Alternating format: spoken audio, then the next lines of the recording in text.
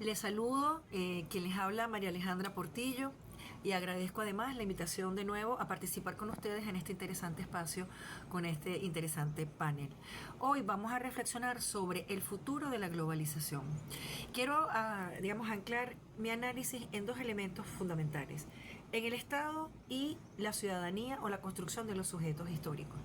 Digo esto porque estos dos grandes elementos, estas dos grandes categorías, están problematizadas, complejizadas por lo que implica hoy las formas de globalización.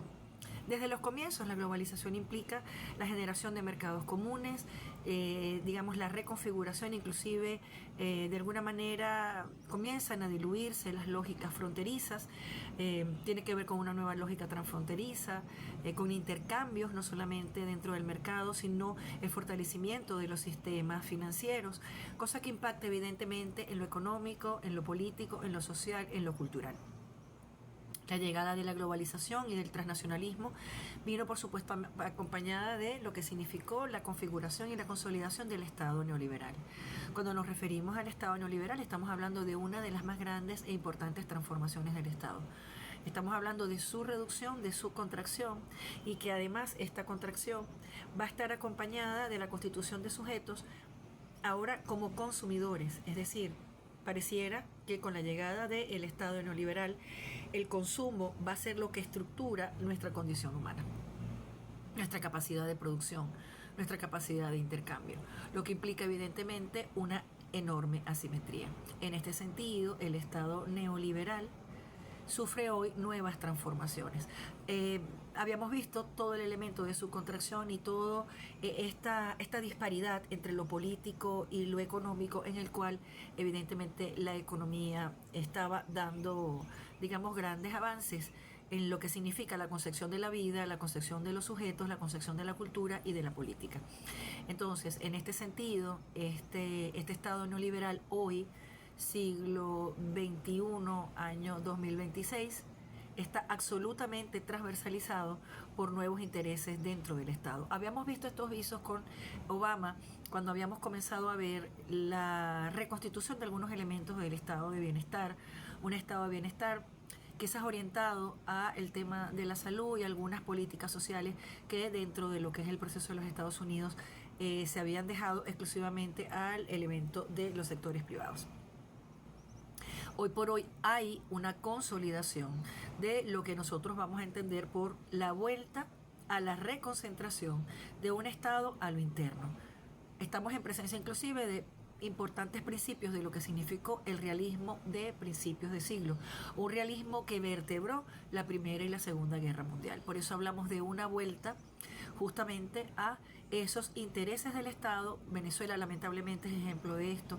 El 3 de enero fuimos bombardeados y el presidente Trump abiertamente, explícitamente dijo que este ataque había sido por el control del petróleo. Es decir, que estamos viendo una peligrosa vuelta a un Estado que además no solo es realista, porque cuando nosotros analizamos en profundidad cómo se considera al sujeto, cómo se considera al otro, que soy capaz de no considerar ni siquiera su existencia. Ejemplo de esto es Gaza, cuando se nos dice que Gaza está siendo devastada para construir, por ejemplo, resort o para construir espacios vacacionales, y pensar en cómo la población puede moverse a países vecinos, es pensar en que la población no tiene ningún valor, no tiene ningún sentido, y estos sujetos que están evidentemente y asimétricamente desprovistos de cualquier capacidad, no solamente de defensa militar, sino de este desarrollo económico que aceleró la globalización, lo que aumenta entonces esta brecha económica y además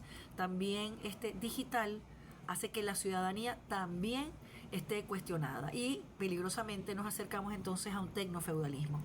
Es decir, ni siquiera la concentración de los poderes del Estado realista de principios del siglo XX, sino que tenemos elementos de una relación del rey con el súbdito, del cual soy capaz hasta de eliminar su vida con un interés que yo tenga.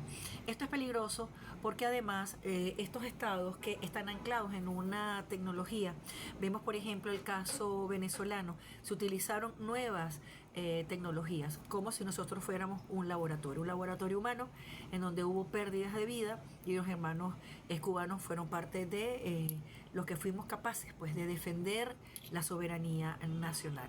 Digo esto porque independientemente de cualquiera de las diferencias que podamos tener dentro de Venezuela, es injustificable un ataque de esta magnitud a nuestra soberanía. Volviendo al tema, vemos entonces cómo cuando nos preguntamos cuál es el futuro de la globalización, si la globalización en los años 90 había flexibilizado todo lo que significa la construcción de los mercados y los sistemas financieros con un Estado mínimo, ahora vemos cómo ese Estado se fortalece, es un Estado que evidentemente va a tener muchísima mayor potencia para una capacidad productiva, para unos intereses que son internos, y ojo aquí, porque no estamos hablando de unos intereses internos que sean de alguna manera iguales.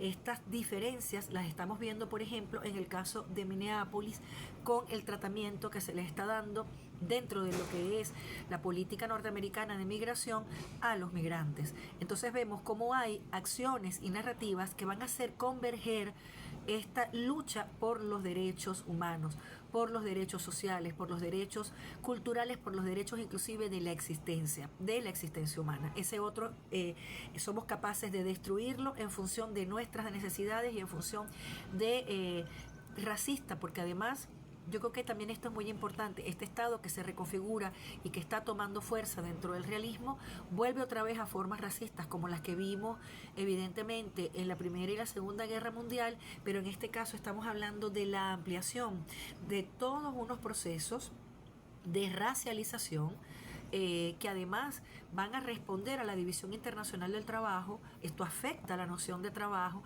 de lo que implica todo lo que es un sistema de producción, de consumo. Además, por otro lado, tenemos un sistema racializado de manera muy violenta, pero que también el elemento de género va a tener un impacto total. Es decir, que este poder que parece desconmensurado está configurando una nueva manera de Estado, y tenemos a un Trump. Trump apenas es una manifestación, una expresión de lo que significa este nuevo orden mundial.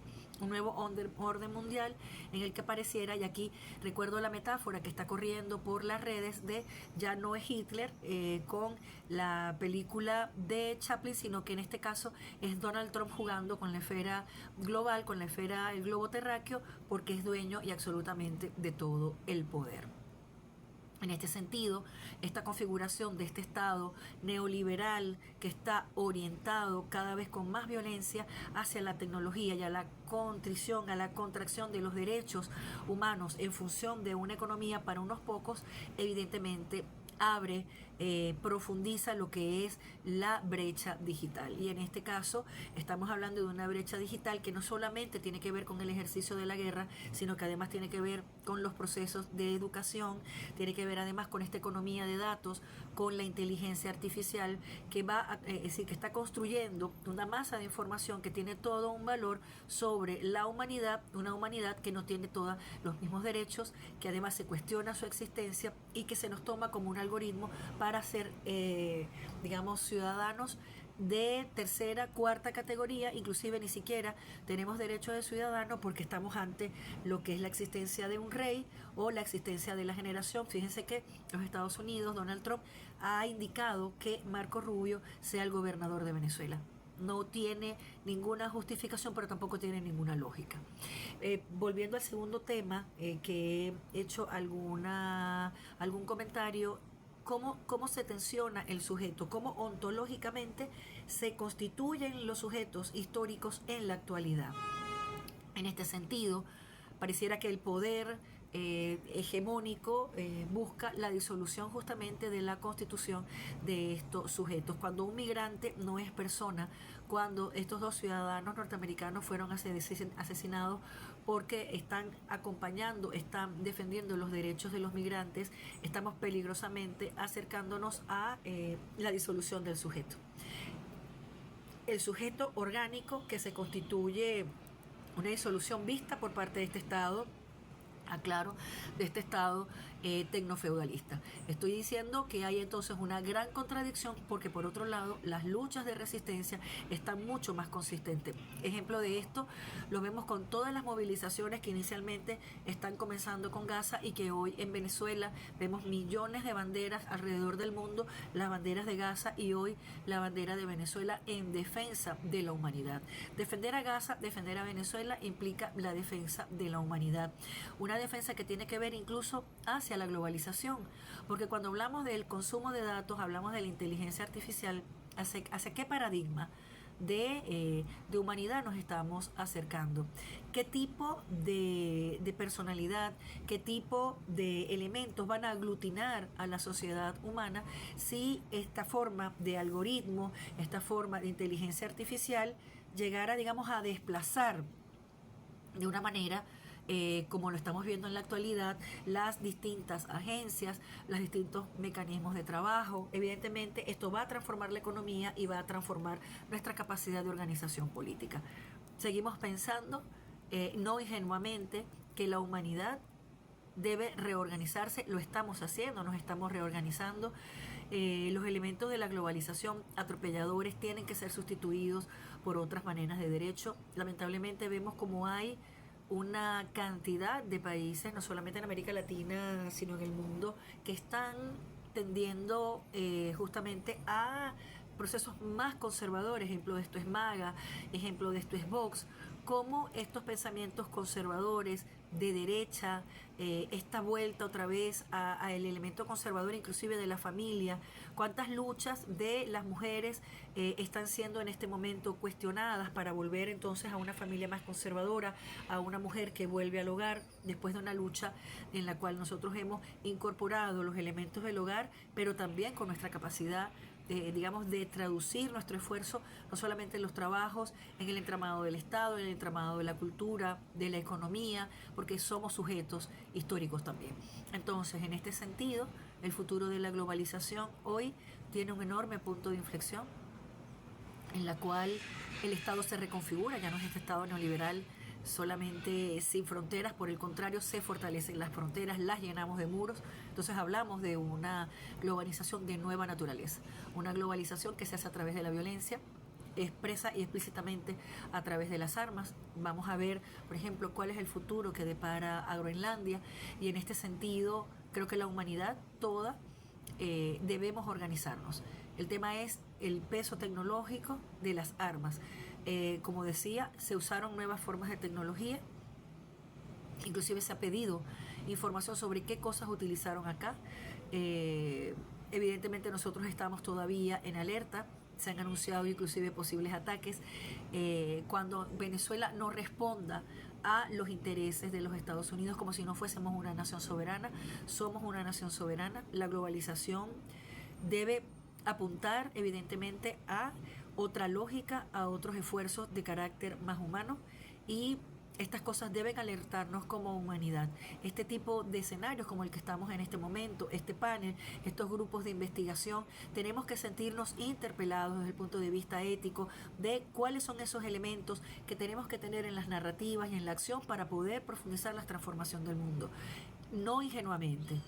Estamos en presencia de necesariamente organizarnos y tener principios claros de acción que nos van a permitir sobrevivir inclusive como humanidad. De nuevo, gracias por la invitación.